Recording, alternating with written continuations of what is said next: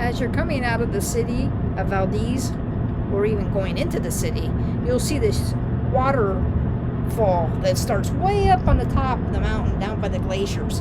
And it goes all the way down to the Crooked Creek Forestry Visitor Center. And that's where we're headed next. But if you come to the Crook Creek information site, it's a little cabin, you can actually see the bottom of the waterfall.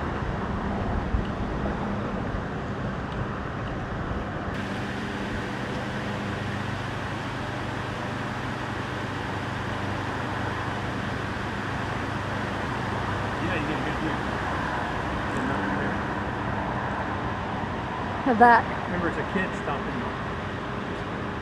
at, place on the side of the road? Yeah. And travel, they used to have these things. Yeah.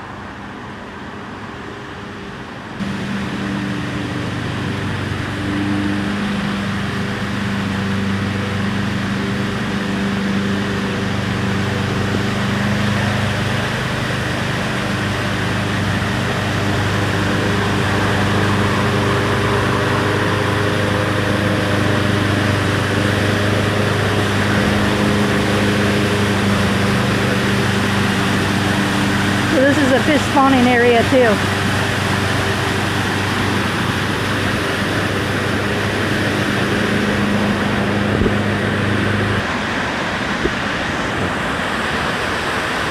Waterfall here at the Visitor Center, National Forest. There's a little viewing area right off from the parking lot. You guys want an interesting one? There's more with a bite out of it. Oh, is there? Yeah, so like if you go to where that hump of grass is, it's back about maybe 2 feet. Yeah. And he's got like a giant chunk bit out of the back of it. So we've been watching him this whole time. He got as high as like even where the shadow is, and he works his way back, and then he goes back up, but it's just a whole chunk of him is missing. Huh. See him trying to go up. Oh, there he went a little farther. Maxine and Jessie Whitney Museum. It's right beside the Prince William Sound College, if you're looking for it. Collector's Paradise. Look at all the arrows.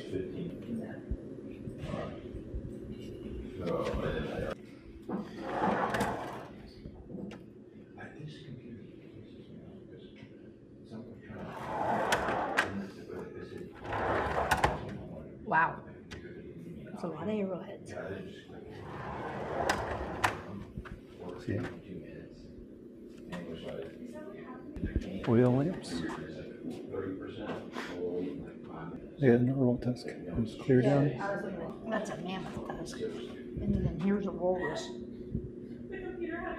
And this moose is so large that the taxidermist couldn't do it in his office. He had to do the final mount up here, right on the stage that it sits. Was that the one? Yep. Black bear. See, your ears are rounded. Not very big. No, but they don't have the hump. See, there's no hump. See those? Hump. Yeah, that's really pronounced. A buffalo.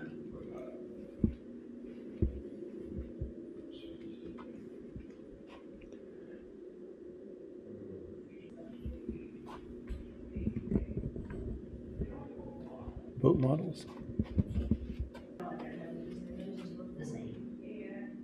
It's just the black bear. There's baskets that they weaved.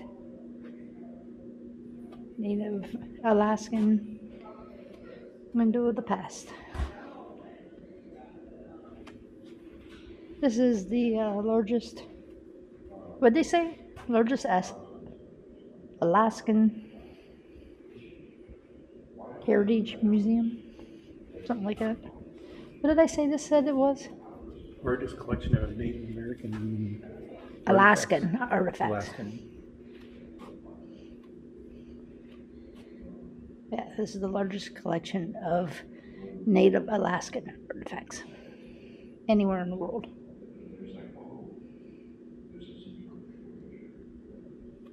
That's a lot to say.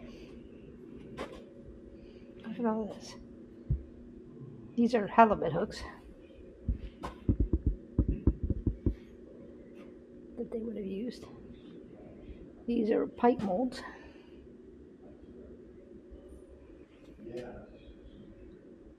All the tools.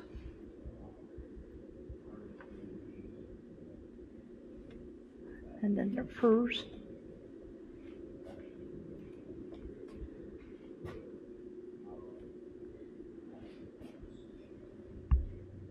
I can't see what I'm looking at. Those must be walrus maps. Mounts, I mean, excuse me. Alaska is my home. I am the biggest bear in the world. My name is Kodiak? Kadiak? Kadiak.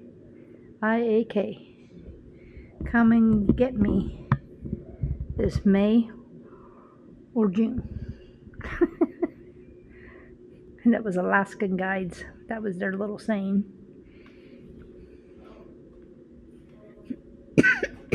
Excuse me. This is the Pioneer Frontier.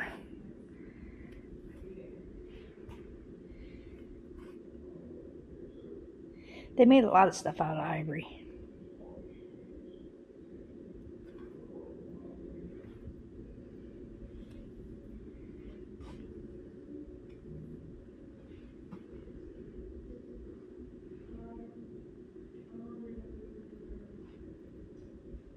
It says tour number 1, $178 from Seattle to Seward via the steamer, meals and berth included.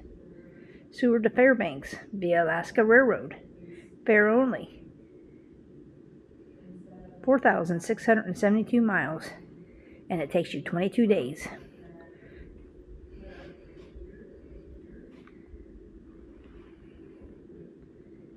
There is a musk oxen. Jim's looking at the wolves. Look at the size of those polar bears.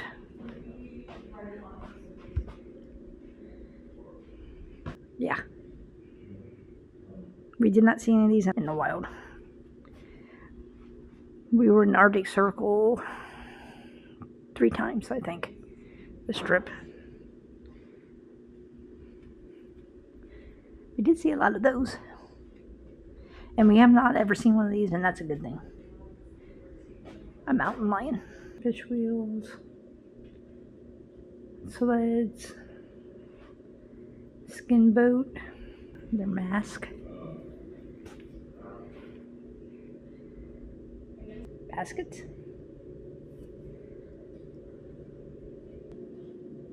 This is a walrus test that an artist.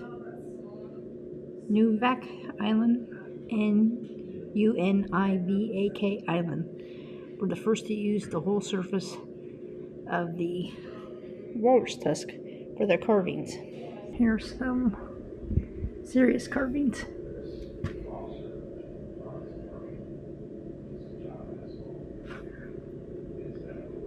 I mean, wow. So many of the artists actually learn how to carve the ivory by watching their grandfathers, fathers, and uncles at work. Children would often sit with the older family member in the living room, helping with small tasks and listening and sharing the ideas. Over the years, they would learn how to do it themselves.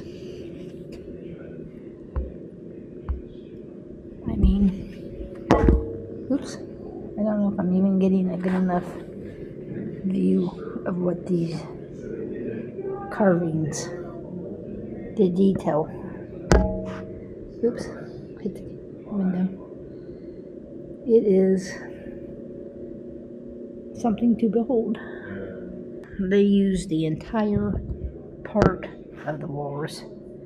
The food, the skin, the meat, food, the skin, and then the husk, their tusk, they carved. This is an early Singer trading sewing machine. You know, my grandmother had her mom's sewing machine like this, and I would go in and put my feet on that pedal and just sit there. There's some more carvings. These are airplanes and a sled. Pretty cool. This is a game. Looks like dominoes. Or I'm not sure what that game is. It's one you put pins in. That's pretty cool. It's not dominoes. I can't think of what the heck it's called. Anybody knows, please put it in the comment section what this. They would put little pins in a board. There's some of the dolls.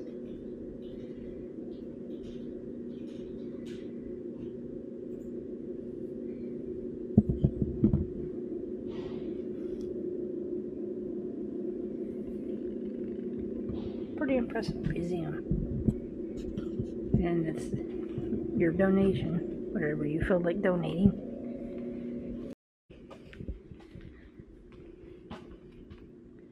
We've seen these clothes before, but look at the boots. I had to come back over just to look at the different boots. And then the shoes, the moccasins. But look at the detail on some of those gloves. That is pretty amazing. The Maxine and Jessie Whitney Museum is definitely worth coming. You just donate whatever you feel like. There's a little box. They don't even ask you to donate. It's just up to you. And it's one of the largest collections of native Alaskan art and artifacts. So what it says is in 1947, Maxine and the Whitneys and Maxine traveled to the Native American villages and throughout the territory, buying items directly from the artists who sold them in their gift shops. And then she continued to collect all this stuff, and the collection was donated by Miss Whitney to Prince William Sound College in 1998. Since opening in May of 2008, it's been professionally designed, the exhibits and everything else.